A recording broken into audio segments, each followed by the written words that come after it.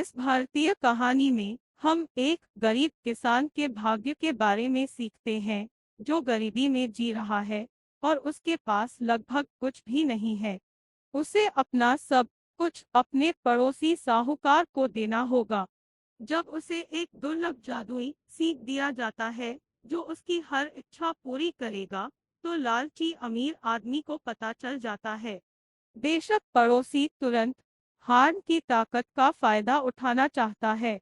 किसान को एक तरकीब सूझती है, जिसकी बदौलत उसे अमीर आदमी के लालच से हमेशा के लिए छुटकारा मिल जाता है। कहानी साझा करें। गरीब किसान और अमीर कंजूस। एक बार की बात है, एक किसान था जो चर्च के चूहे जितना गरीब था। हालांकि उसने बहुत मेहनत की, फिर भी हर बार खराब फसल होने पर उसे उसी लालची साहूकार से पैसे उधार लेने पड़ते थे।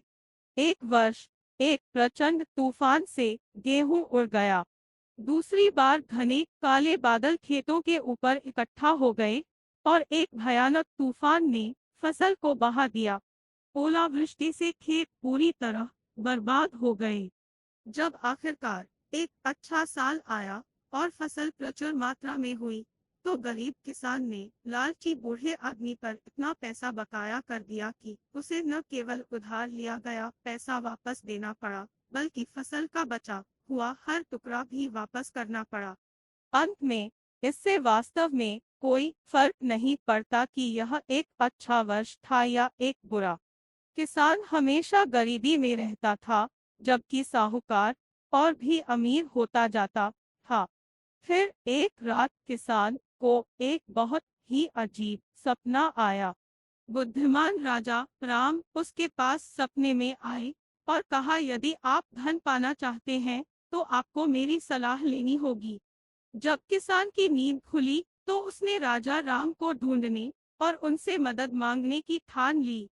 उसने अपनी लंबी यात्रा के लिए आटे, पानी और नमक की 3 बड़ी रोटियां बनाई और निकल पड़ा। किसान काफी देर से सड़क पर चल रहा था और समय तेजी से गुजारने के लिए सीटी बजा रहा था।